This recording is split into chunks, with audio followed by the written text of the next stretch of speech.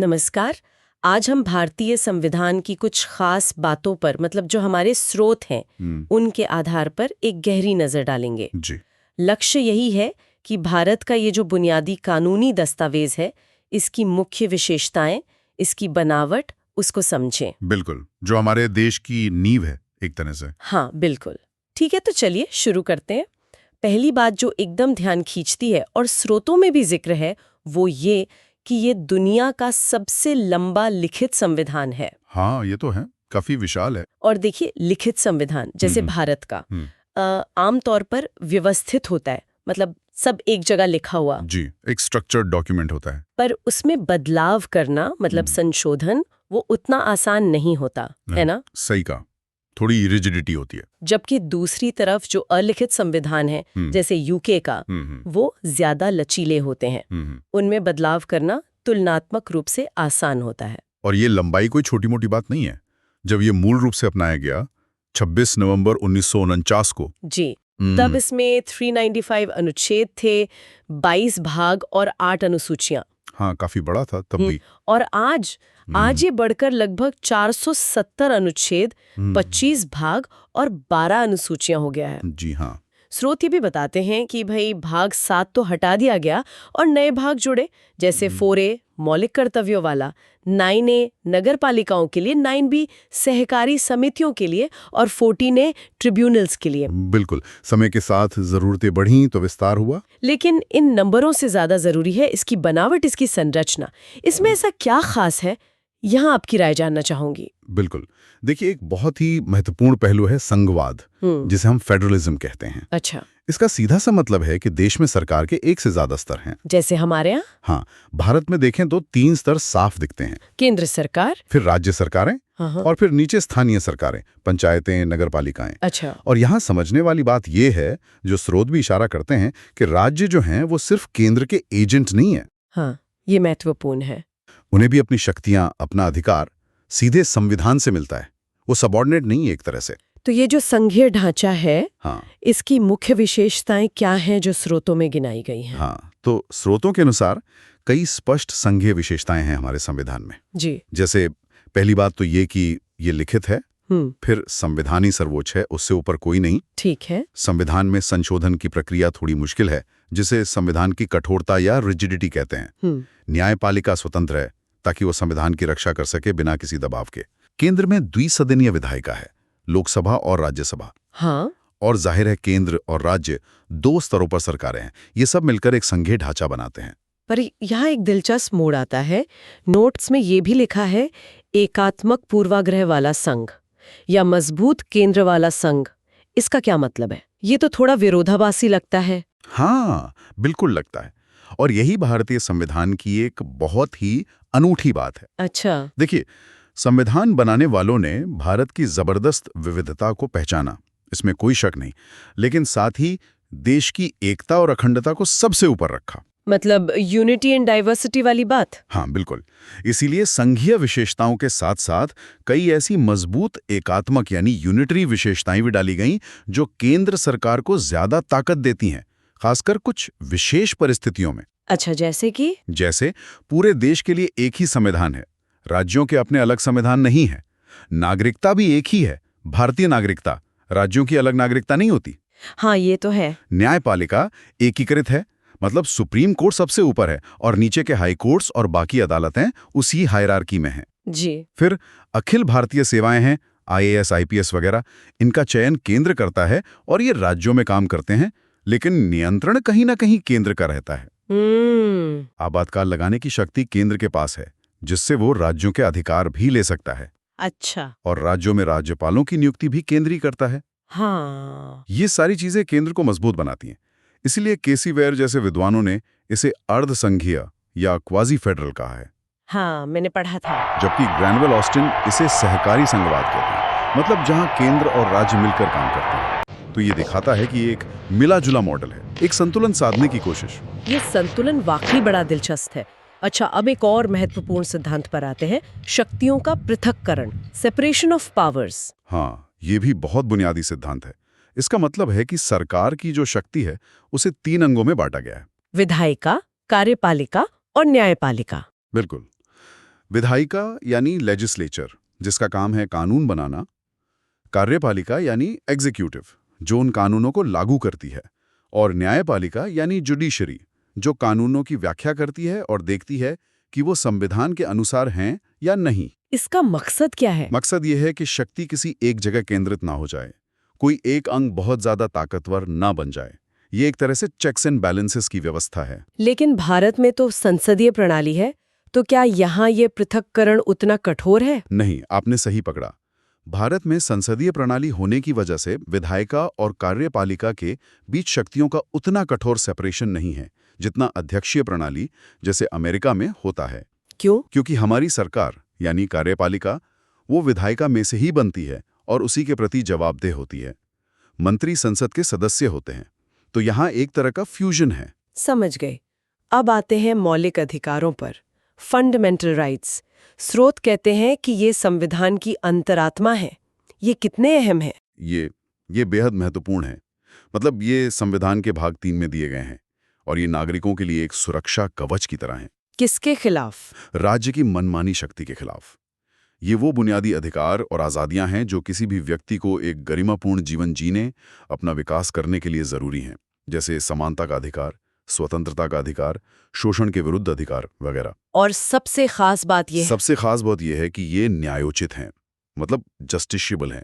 अगर राज्य इनका उल्लंघन करता है तो कोई भी नागरिक सीधे हाई कोर्ट या सुप्रीम कोर्ट जा सकता है इन्हें लागू करवाने के लिए।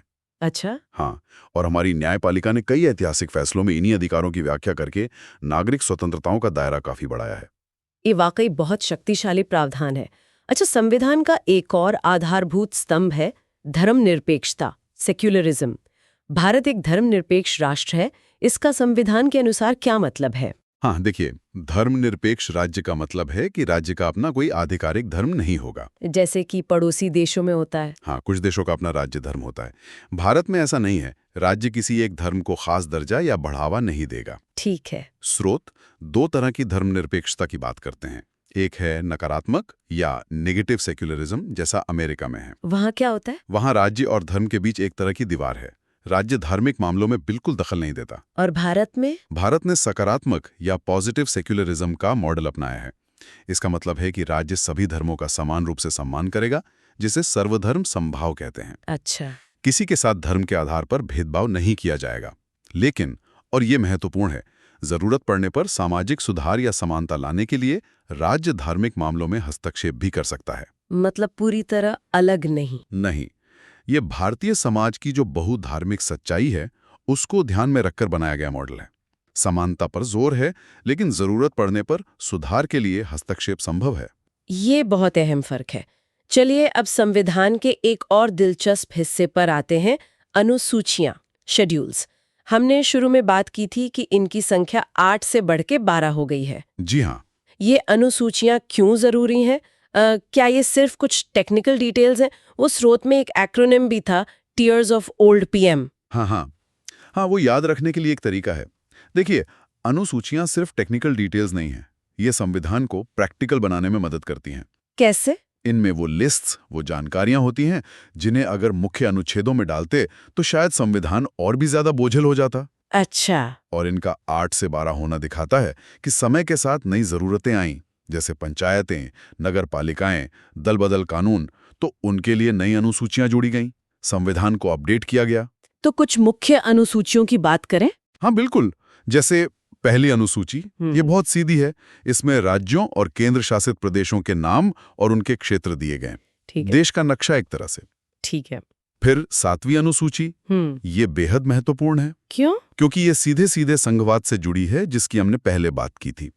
यहीं पर केंद्र और राज्यों के बीच विधायी शक्तियों का बंटवारा किया गया है। वो 3 सूचियां। जी हाँ, संघ सूची, यूनियन लिस्ट, राज्य सूची, स्टेट लिस्ट और समवर्ती सूची, कॉन्करेंट लिस्ट। इनमें क्या क्या आता है?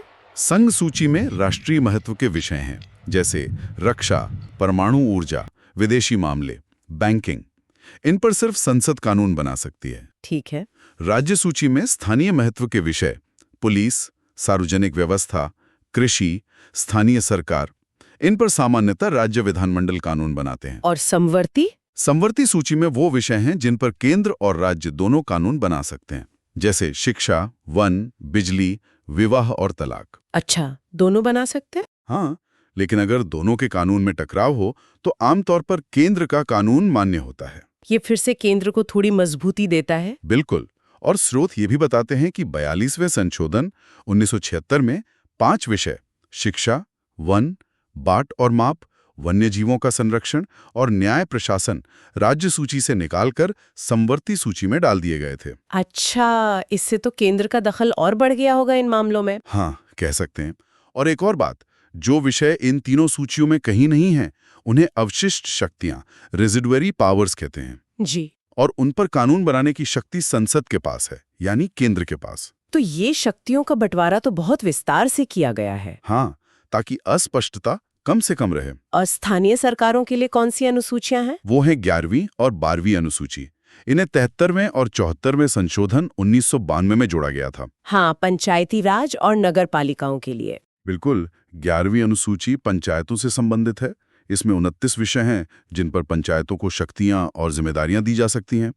और 12वीं अनुसूची नगर पालिकाओं से संबंधित है। इसमें 18 विषय हैं।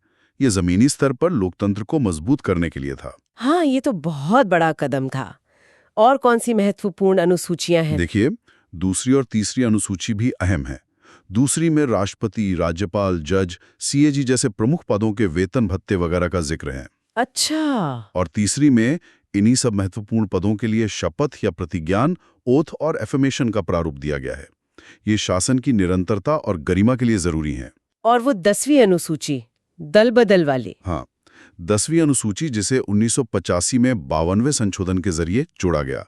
ये दल बदल के आधार पर सांसदों और विधायकों की अयोग्यता से संबंधित है। इसका क्या उद्देश्य था? उद्देश्य था राजनीतिक अस्थिरता को रोकना। जो आयाराम गयाराम की राजनीति चल रही थी, उसे रोकने का प्रयास था कि चुने हुए प्रतिनिधि फायदे के लिए बार बार पार्टी ना बदलें। और 8वीं अनुसूची? भाषाओं वाली? जी। 8वीं अनुसूची भारत की भाषाई विविधता का प्रतीक है। इसमें भारत की आधिकारिक रूप से मान्यता प्राप्त भाषाएं लिस्टेड हैं। कितनी अब? जब संविधान बना था तब 14 थी। अब ये बढ़कर 22 हो गई हैं। अच्छा, कौन कौन सी जुड़ी बाद में? हाँ, स्रोत बताते हैं कि सिंधी को 21वें संशोधन 1967 में जोड़ा गया।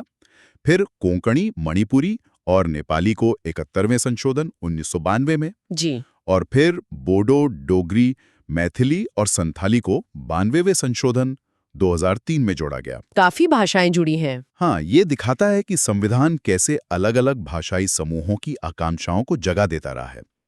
स्रोत में शास्त्रीय भाषाओं, क्लासिकल लैंग्वेजेस का भी जिक्र है। तमिल, संस्कृत, कन्नड़, तेलुगु, मलयालम, उड़िया वगैरह, जिन्हें उनकी प्राचीनता और साहित्यिक विरासत के आधार पर यह दर्जा मिला है।